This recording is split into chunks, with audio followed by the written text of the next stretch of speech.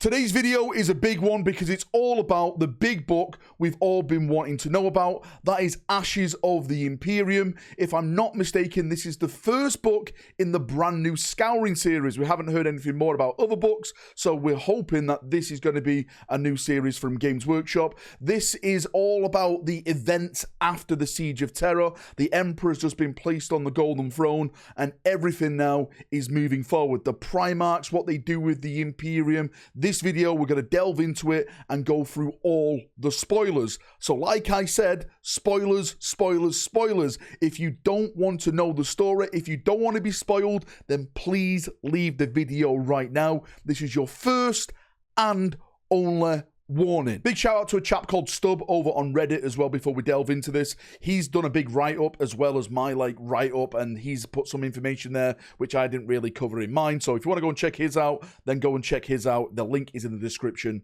of this video. So this book has a lot of point of views. There's a lot of characters, and I'm just going to cover them briefly at the start. So when I'm talking about them, you understand which character is what character. So I want to start with the main Ultramarine character, who is the Chief Librarian, and he is called Titus Traitor. No, not that Titus that we all know from Space Marine 2. This is a different Titus. This Arkhamus, of course, for the Imperial Fist, he's basically the head of Dorn's bodyguard, the Huskars. You have a chap called Vardesh, Craya. Again, I probably butchered some of these names. And he's basically the chief apothecarius of the sons of Horus. You have a word bearer called Adadreus. You have an Iron Warrior, which is the main traitor guy in this book, called Ortak. You have a chap called Khalid Hassan, and he's basically like one of the main of Malcador's soldiers. He's one of the ones left over from Malcador and like where they're going, and he has like a band of operatives who he's working with. You also have like this cultist called Juliata as well, who is also still on Terra. When it comes to the Primarchs, all the Primarchs, or all the Primarchs that are still living, are featured in this book, bar Corax. Corax is still missing in action. So Vulcan, the Lion, Dorn, Guilliman, they're all in this book. The only loyalist Primarch that's still living and is still not there is Corax. So this book opens up with the Iron Warriors at the Siege of Terra, and it's basically them trying to escape Terra. Their legion is broken, they're retreating, their sole aim basically is to regroup, get off Terra, basically get anywhere, because the Ultramarines have arrived and they are literally bombing everything. Like the sky is raining fire. Like there's like Iron Warriors being vaporized left and right. As an Imperial Fist fan, this was probably one of the greatest scenes I've ever read about. Like Chris Ray, the complete devastation that is put upon the traitor forces with the arrival now of the loyalist forces relieving Terra is brilliant. And of course they're running, and they find a Stormbird and they take off in that Stormbird to try and escape this just onslaught which is being brought on them. Then we jump over to the Chaos character known as Juliata, and she's like one of the Chaos cultists. Her and her band, like at the height of the traitor forces, were basically turning entire hive cities to the worship of the dark gods. Now they're literally running for their lives. They're being hunted like the dogs they are. They commandeer some like abandoned armored transport vehicles that have been left by, you know, other forces, and they're basically trying to get away from the palace because they are being hunted. Now the palace itself is now just a ruin, like it says here, like a desert of toxic rubble. Eventually, like while they're escaping, they come to like this kilometer wide waterfall, but when they look closely at this waterfall, they notice it's not actually water, it's just blood and chemicals that are literally being washed from the Imperial Palace.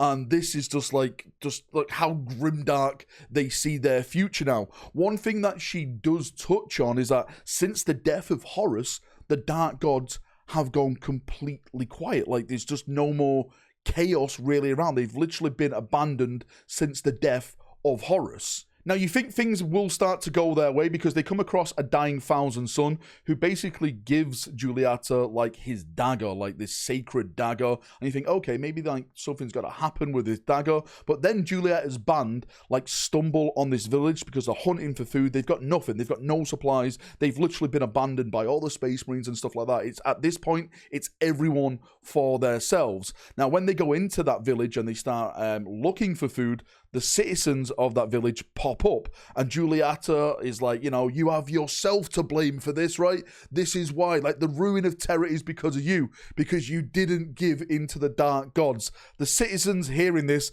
basically just turn around and beat Juliata and, like, the band that she has, like the traitors, like are still with her, to death. It's just over, like, in a blink of an eye. You think that this character is going to be, like, an impactful character, but no. The citizens just rally and literally beat them to death. And this is when we jump back to the Iron Warriors who managed to escape into orbit aboard their ship. Now, out in the void between Terra and Luna, the word-bearer Adreus and his surviving word-bearers cling to life aboard a heavily damaged corvette. To avoid detection, they've shut down all systems, killing the mortal crew and leaving only the Astartes alive in the frozen dark. They're biding their time, basically, waiting for a chance to flee without being annihilated by the Ultramarine fleet that is bringing so much destruction. And we get this scene when a larger traitor vessel basically attempts a breakout scene, and Adreus on his little corvette sees an opportunity and orders his ship then to be powered up. As they're racing away from Terra, the Iron Warriors, who are also fleeing, basically vox and say, hey, can we dock on your ship? There's a little bit of a heated debate, but Adreus then allows them to board. Almost immediately, the corvette comes under attack from Ultramarine void ships because, of course, they're scouring the system at this point, purging everything. Now, as a diversion, the Iron Warriors launch their ship and send the Machine Spirit on a one-way attack to harry the Loyalist. While the gunship draws fire, the corvette once again powers down and slips away, basically silently escaping the wrath of the Ultramarines. Now, guided by this message, the word-bearers decide to head for the Elysian Gate, but the Elysian Gate is literally surrounded with so much debris. There's been so much destruction, so much just carnage in the past couple of months, and now the traitors are still taking a beating from the Ultramarines fleet that is around it, destroying traitor ships. Now, during this, the corvette is detected, and then corvette... Now, hearing this message, the word-bearers decide to head for the Elysian Gate, but when they get there, they see this huge debris field, and there's an Ultramarine fleet there destroying remnants of the traitor fleet that has been trying to escape. The corvette is detected and is destroyed, forcing, like, the word-bearers and the surviving Iron Warriors to literally leap into the void. Now, a lot are killed when this actually happens, leaving only a few remaining, but they literally find, like, this old derelict, basically abandoned station, and in that station they find, like, a Blood Angel vessel which has been left by the Blood Angels, and this is where, like, some tensions start to happen between the Iron Warriors and the word-bearers. The word-bearers are putting all their, like, effort into the faith of the Dark God still, and the Iron Warriors are like, these guys are absolute just psychopaths, the losers. They've cost us this, and the word-bearer is like, we pity you, Iron Warriors, for giving up your faith and stuff, like, you know, and it's the traitors beginning to start to turn on themselves at this point. Now, using this captured ship, they set a course for Neptune, and we find out during the heresy, the word-bearers have seeded shrines and cathedrals across every planet and station in the system they could, intending that after Horus's victory on Terra, that Terra itself would become, like, the dark heart of the system, to, like, a shrine to chaos. And Adreus, the word-bearer, hopes Neptune is insignificant enough to have escaped the Ultramarines' cleansing of the system. And of course, he is wrong. Every moon and satellite has been scoured or destroyed. But then the augurs pick up something strange. The mass of a small, seemingly shattered moon does not match its appearance. The ruin basically is a warp illusion. The moon is in fact intact, hidden behind Dark Sorcerer. For Adreus, it is proof that the Dark Gods are not dead, merely they've withdrawn. Exchanging secret codes, the traitors are granted permission to land. As they descend, their ship's sensors detect signals. Loyalist ships are lurking near Neptune. Now, back on Terra, we have the point of view of Arkhamus, and this is probably one of my favourite scenes in the book, and it's his story beginning with him waking up from the most profound sleep of his life. After months of unbroken duty and fighting the traitors during the siege, Dorn personally ordered him to sleep. Dorn came in and went, Arkhamus, sleep. And Arkhamus followed orders so well, he basically fell asleep on the spot. So abruptly that he basically collapsed in his armoured suit and damaged a nearby wall. That's how much dutiful the Imperial Fist are. Sleep, my son. Yes, father. Goodbye. Right? That is what the Imperial Fist are. I absolutely love him. And then we get the scene where he awakens up and he's all disoriented. He's unsure of his own name because he's been sleeping for so long. He's wandering around like the ruins of the Imperial Palace. He sees like the Ultramarines and work crews from Ultramar basically trying to repair as much as they can, but he grows a little bit uneasy. Like, he has this thought, like, is it really a coincidence that they have arrived after the siege where they can claim like the mantle of the saviors as basically the strongest legion now on Terra? For a moment, he wonders if Guilliman has basically planned all of this, intending to inherit the Imperium. But he pushes that thought aside because he just thinks of like, no, that can't happen. Guilliman's here to save the Imperium and help out his fellow brothers. Now, during this walk through the palace, Arkhamus meets Cinnamon, and Cinnamon basically begs him to arrange an audience with Dorn. Cinnamon is convinced that all knowledge of the warp must be destroyed utterly. Arkhamus doubts that Dorn has time to listen to this and is skeptical of Cinnamon's absolute solution. Soon, though, Arkhamus is summoned to Dorn, but reaching the Primarch is basically a difficult task now. The final, cataclysm of the siege have permanently twisted the Sanctum's architecture. Rooms are displaced, corridors lead nowhere, and the palace is a constant risk of collapse because of all the destruction that's happened. Ultramarines labored tirelessly to stabilize it.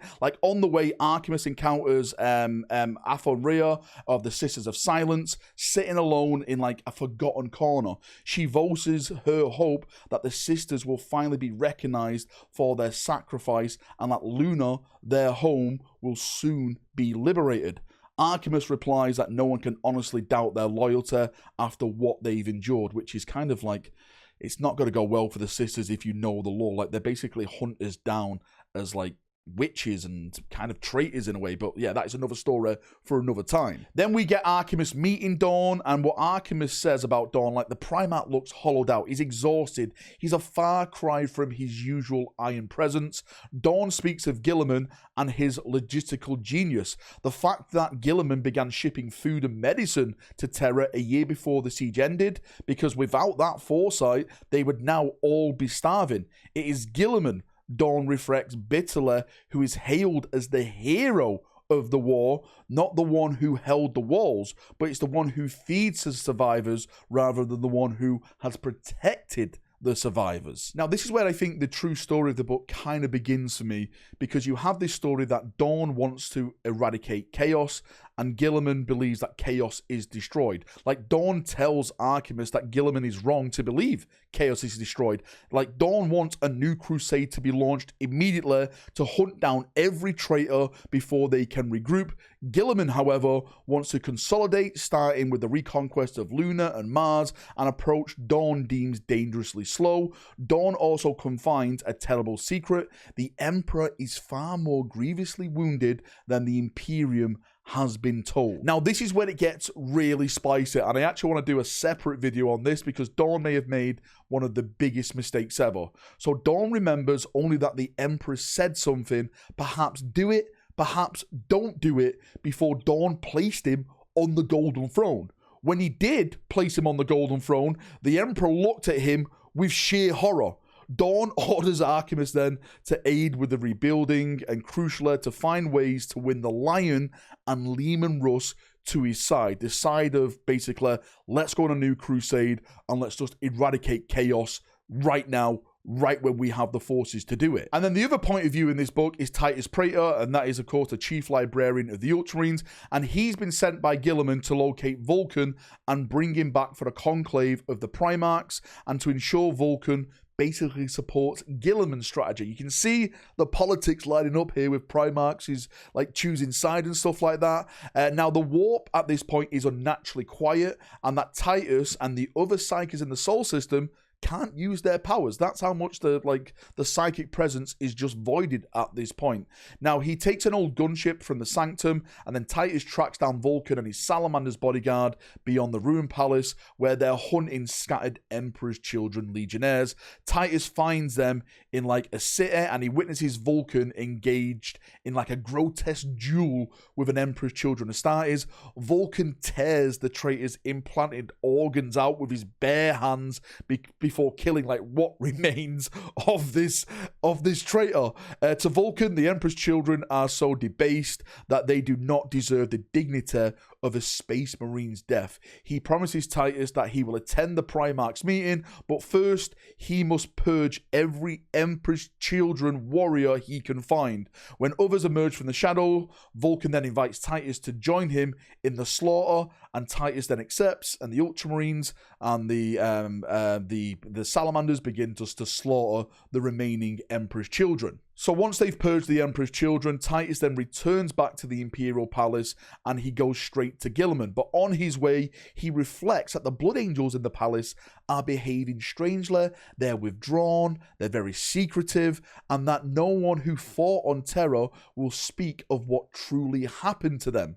Now, when he goes into Guilliman's chambers, Guilliman insists that taking Luna and Mars is more urgent than immediately launching a new crusade. This is like the new debate now between him and Dorn. He sincerely believes that basically the Emperor has obliterated the Dark Gods when he slew Horus. He believes the Dark Gods have been destroyed, a theory that is backed up with the stillness of the warp, because of course the librarians can't touch into it and stuff like that. Like psychers like Titus, he just has no power. Their gifts are now just dormant. They've disappeared. Now, the other subplot to this book is Malcador's surviving chosen. Now, they're gathering. The leaderless, they're unsure their place now in this new order.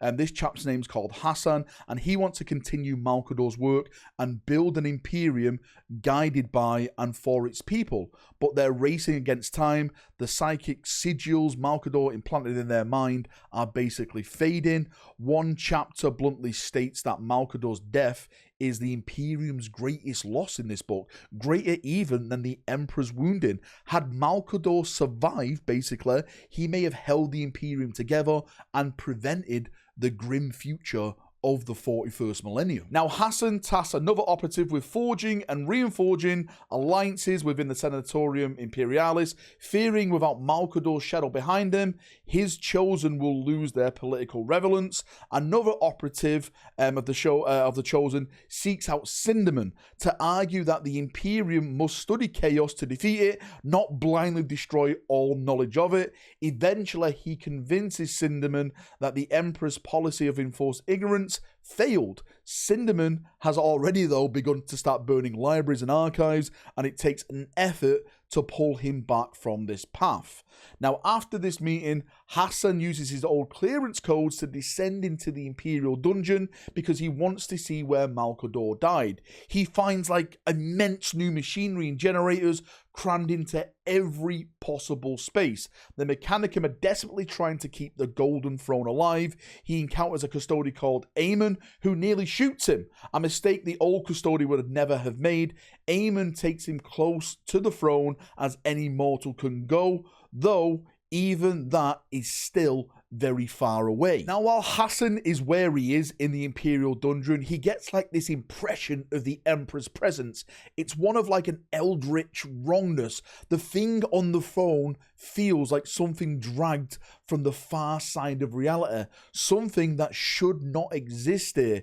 When he looks towards the throne, he sees a one-eyed skull locked in eternal agony. Mechanicum adepts note that only about 20% of the Golden Throne and its chamber survived the siege intact, and it's uncertain wherever they can actually fully repair this device. Hassan also notes there was no throne in this spot before the siege. This structure is new. A nightmare of black and grey machinery encasing the Emperor between two spiked hemispheres. Aemon then explains to Hassan that Malcador's remains have been removed by another Imperial authority. He hands Hassan the documents that authorized it, and Hassan then wants to go and find Malcador's body. But first, he has a meeting. Hassan and all the people that Hassan are a part of attend the Senatorium Imperialis, composed of representatives of the Administratum, the Astra Telepathica, the Arbites, the Astra Militarum, the Imperial Navy, and a few others. Hassan tries to persuade these mortal powers to support Guilliman's cautious reconstruction instead of the immediate crusade Dorn and the other Primarchs want. This, he argues, is mankind's best chance to become independent from Primarchs and Space Marines. Of course, without Malcador's influence behind him, Hassan fails. One by one, the senators declare that they will back Dorn. As the chamber empties, Hassan and his other operatives are left to face the reality that Malcador's chosen now possess almost no political weight. They must find another way to remain relevant in the new Imperium. They also learn that Keeler has somehow escaped Terra. Under Guilliman's renewed Imperial truth, the Keelerites are outlawed and hunted by the Arbites. We then jump back to Arkhamus, and he travels to the Phalanx for a clandestine meeting with Bjorn of the Space Wolves and Corswain of the Dark Angels. On the way, he speaks with Joshua Urvo, the Archmagos responsible for the Fortress Monastery. She explains that the damage is so extensive it will take immense effort to fully restore this once proud battle station. In the meeting, Arkhamus tries to secure Bjorn and Cornsway's support for Dorn's proposed crusade, hoping that their Primarchs will follow suit.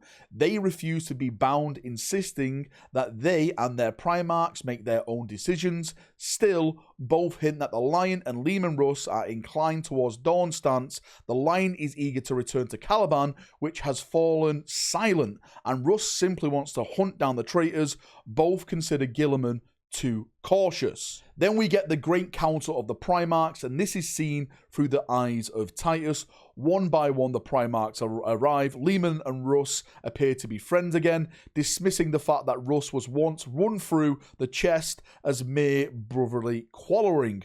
Dorn is as stern as ever. Vulcan remains unreadable. Jagatai Khan is grievously wounded still at this point, supported by 2 white scars. His face is covered in synthetic skin. His speech is reduced to rasping 2-word sentences. Raldoron attends in the place of Sanguinius, and Valdor is present but utterly withdrawn, saying and doing literally nothing. After the initial exchange between Dorn and Guilliman, Dorn demanding an immediate crusade and Guilliman arguing for consolidation, the other Primarchs speak. Every one of them sides with Dorn. Then it is the Senatorium's turn. To everyone's shock, the mortal senators declare their support then for Guilliman. Dorn is so stunned, he briefly considers imitating them by force, but the Lion quickly announces that he will abide by the decision, and the other Primarchs reluctantly agree. With no choice, Dorn bows to Guilliman's strategy. Hassan is surprised as Dorn by the Centaurium's sudden shift. He sends one of the other operatives to uncover who has orchestrated this reversal and to investigate who is raising, arming and funding the new Arbites and troops appearing across the palace. Hassan himself then continues to hunt for Malcador's remains. Now at this point, Dorn is furious that Guilliman refuses to see that chaos is an immediate threat. He orders Arkhamus and a cadre of Imperial officers to scour the Sol system for any sign that chaos endures. Before leaving, Arkhamus arranges an audience between Dorn and Cinderman. Cinderman persuades Dorn to grant him authority and the blessing of the Primarch to collect and study all texts concerning chaos rather than destroying them. And we all know where this leads, because Cinderman becomes one of the founding members of the Inquisition. Arkhamus returns to the Phalanx to board the ship. There he meets the new Admiral of the Imperial Navy. He praises the wisdom for her appointment. She laughs, noting she's only gained the role basically because all the Federal Admirals are dead. Then she shows Arkhamus the new psycho-indoctrination regime for Space Marine recruits. Unlike Arkhamus's lightly hypno-conditioning, this new process is so extreme that only 20% of neophytes survive. Those who do emerge with an absolute hatred of traitor Astartes and are brutally narrowed in their personality. Never again will Space Marines display the individuality they had during the Great Crusade.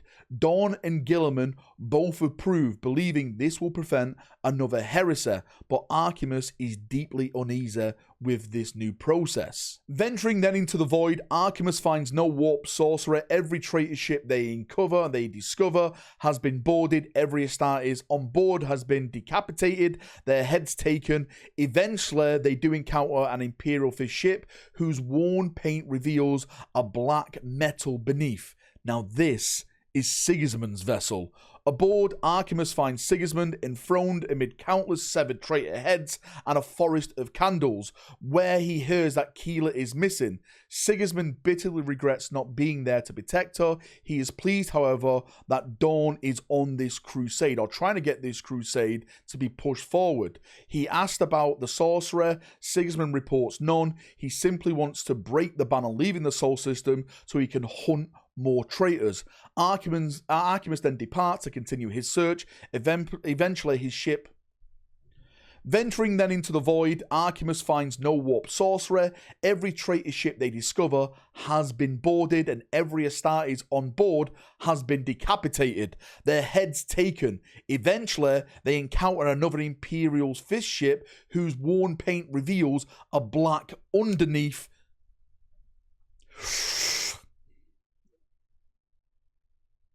Then Arkhamus ventures into the void and finds no warp sorcerer. Every traitor ship they discover has been boarded, and every Astartes on board has been decapitated, and their heads have been taken. Eventually, they encounter another Imperial fish ship whose worn paint reveals a black beneath. That, of course, is Sigismund's vessel. Aboard, Arkhamus finds Sigismund enthroned amid countless severed traitor heads and a forest of candles. Arkhamus hears that Keela is missing. Sigismund bitterly regrets not being there to protect her. He is pleased, however, that Dorn is pushing for this new crusade. He asks Sigismund about sorcerer. Sigismund reports there is none. He simply wants to break the banner leaving the Sol system so he can hunt more traitors. Arkhamus departs to continue the search. Eventually, his ship reaches Neptune and detects, like the traitors before, that one of the moons is more massive than it appears. And then we jump to the next plot in the book, and that is Luna. Now, in Luna's orbit, an Ultramarine prepare for their assault. The main burden falls on them. With support from the Blood Angels and the Salamanders, the Dark Angels are still cleansing Terra, and the Space Wolves chase traitors in the deeps of the Sol system. Here we meet Vardesh Craya, the chief apothecary of the Sons of Horus. His mission on Luna was to create a new generation of Astartes with the help of the Selenar. Around 70,000 have been forged, but the process is incomplete, leaving them more unstable than even the Thunder Warriors. They wear crude armor and are feral, insane, and uncontrollable. Craya and Selenar know they are doomed, but they intend to make the Loyalists pay dearly for every meter of Luna's service. Now, the traitors on Luna who are preparing for their last stand have mined every tunnel, access point, and building. They've hidden titans beneath the rubble and dug trench after trench. The orbital defenses and warships that are all basically ruins form this like outer shell. The orbital ring that initially protected Luna is mostly destroyed, but the surviving sections of it are being hastily repaired for this coming battle. It's noted that even during the Unification Wars, Luna was one of the Emperor's hardest conquests, and that its shipbuilding capacity once surpassed Terra and rivaled many Forge worlds. Vardesh then speaks to the Chief Gene Witch about a mysterious vault beneath Luna. They have tried everything to breach its doors, but only Titan-grade weaponry could hope to open it. Titus joins the Ultramarines' assault on Luna. The first wave is almost annihilated by a brutal combination of the Sons of Horus, feral Astartes and Titans, but wave after wave of the Loyalists claw out a foothold. The fighting is savage. The feral Space Marines cannot match the Ultramarines individually, but they swarm and wear down the Loyalist forces, giving the Sons of Horus opportunity to kill them. Titus is unnerved that Luna, facing the concentrated might of the Ultramarines, not only holds, but even threatens to halt their advance entirely. Yet, trench by trench, fortress by fortress, city by city, the Ultramarines force the defenders back and finally encircle the central spire. During the campaign, Titus meets Abendel of the Salamanders, who carries a new ceremonial knife. And this is where it links back to the start, because this is the blade that Juliata had that was gifted to her by the traitor Thousand Son. In the midst of all this fighting, Titus and his squad are ordered to support the Blood Angels attacking a tunnel network. Now, the lack of detail in these orders actually troubles Titus. What troubles him even more is that the notion that the Blood Angels might need help in close quarter combat. In the caverns beneath Luna, the Blood Angels are reserved and distant, shadows of what they were before Sanguinity's death. They fight alongside the Ultramarines, but they keep to themselves. Together, they push through the tunnels until they reach the final chamber where the main Sons of Horus force makes its last stand. Now, during this final battle, Titus realizes the Blood Angels are basically holding back, fighting far below their full ferocity. Their restraint nearly causes the flanks to collapse, forcing the Ultramarines to intervene.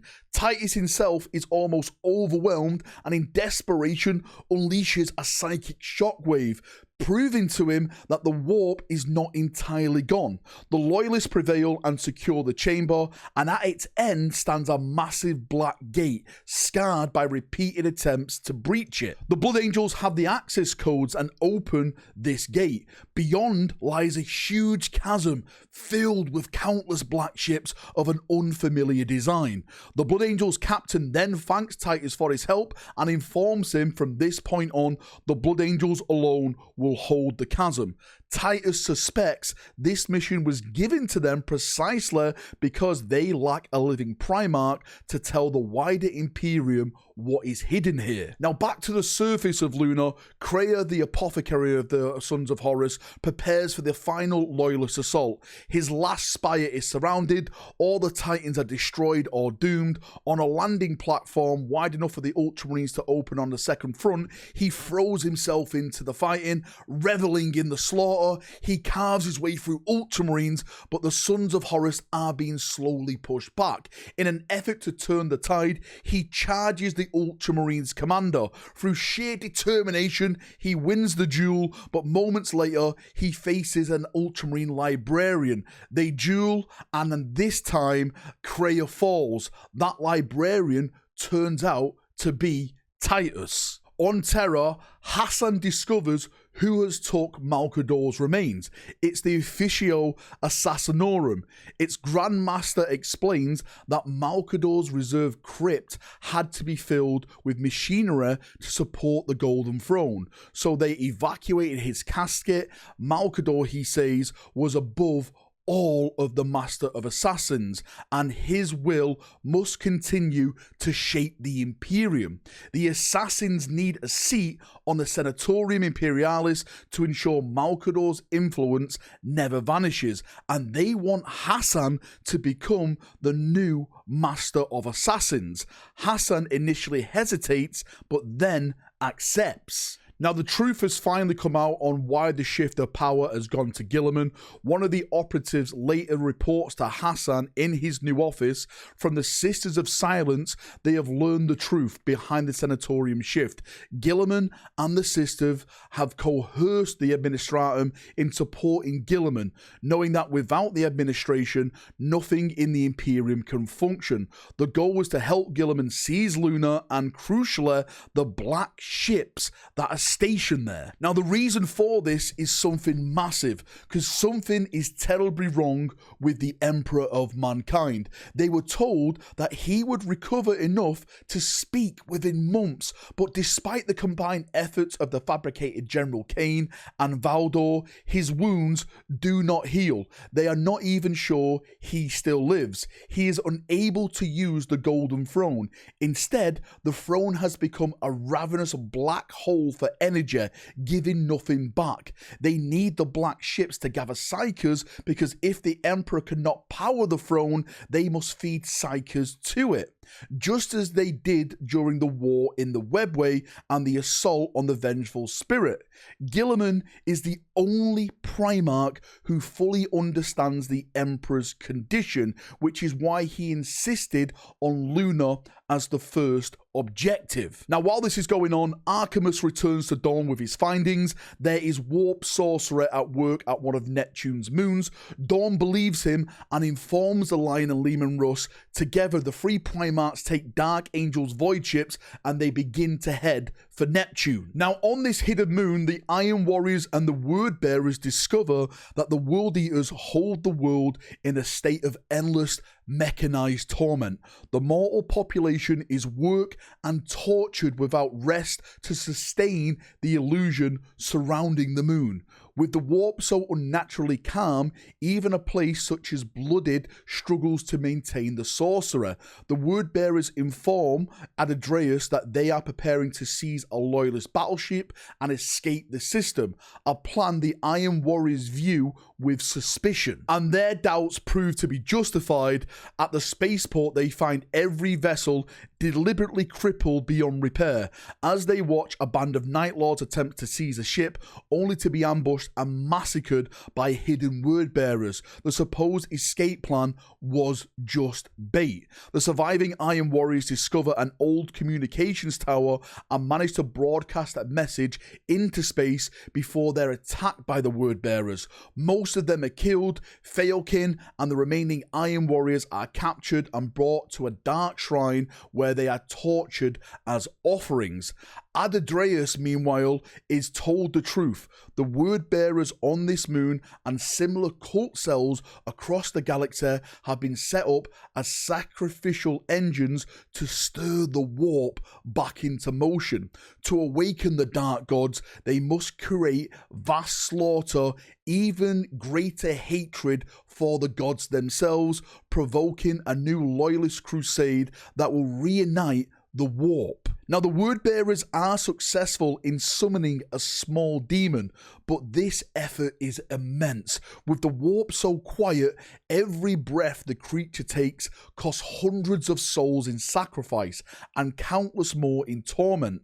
The demon tells Adadreus that the Emperor nearly killed the Chaos Gods when he obliterated Horus, and now they cower deep in the warp, regathering their strength. It offers a supposed method of killing the gods forever, since they are formed from mortal emotion and souls. If those souls and feelings could somehow be separated and scattered, the gods could never become one again. Adadreus notes grimly that every demon's word is at once a lie, a metaphor, the truth. All of these are basically all of nothing. Now, as Feokin and his Iron Warriors suffer on the shrine, the moon suddenly comes under attack. A dropship lands before Adreus, and Perturabo himself strides out. The Iron Warrior Primarch never truly left the Sol system. He merely withdrew to see who would stand victorious over Terra before making his move. Having intercepted the Iron Warrior's message, he has come here. Perturabo kills Adadreus as casually swatting a fly and orders Feokin freed. Later, Perturabo explains his intention. The Iron Warriors will use the warp, but only as a tool, something to be understood, broken down, and repurposed like any other system. To Feokin's horror, his Primarch sounds uncomfortably like Horus. Perturabo then sets about eradicating the moon, bulldozing it to perfectly smooth, lifeless shell. Now, Perturabo does this for two reasons. The first being to spite Lorgar by obliterating one of his cult engines and to deny the warp any type of emotional resonance. By destroying the moon without hatred, Perturabo hopes to avoid stirring the warp and to buy time to learn how to control it. When Dorn, the Lion, and Leman Russ arrive, they find only a sterile, lifeless, featureless world, perfectly smoothed with no trace of life or chaos worship. After the Lion and Russ leave, Arkhamus reaffirms to Dorn there was warp sorcery here. Dorn believes him, saying that once the ban on leaving the system is lifted, they will have time to find the proof they need. The story ends then with Vulcan aboard the Iron Warrior void ship heading to the Mandeville Point. He is racked by doubt, openly questioning Perturabo's chosen path, yet painfully aware of his own helplessness. He is a space marine, bound to obey his Primarch, whether he believes in him or not. And that is the end of the novel. That is the first book. Well, we're hoping it's the first book in this brand new Scouring series. That was done by Chris Ray. My thoughts personally, I enjoyed it. I wish there was a little bit more action in there. Of course, I'm a Space Marine fanboy. I want to see more purging, but it was really interesting with all the diplomatic stuff between the Primarchs, the Council, the Warp, Perturabo's take on the Warp. It's definitely going to be building up to a certain Cage incident, which I'm not really a fan of, but I'm really liking where it's going. I'm really liking how it's started. I think Chris Ray was one of the great choices for this, and I'm interested to see where we go. There's a few big things in this book which I want to do separate videos on in the future. One being Dorn and maybe his path, which could lead him back to Warhammer 40,000, which, again, I do have faith.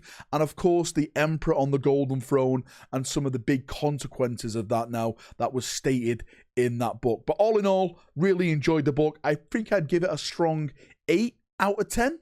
Yeah, that's where I'd like to sit it. I think Chris Wright, every time he writes something, I'm always down for it. He's an absolute wordsmith. This is a great book. I massively recommend it to absolutely everyone. If you're interested in Space Marines, the Primarch, you know, everything around this setting.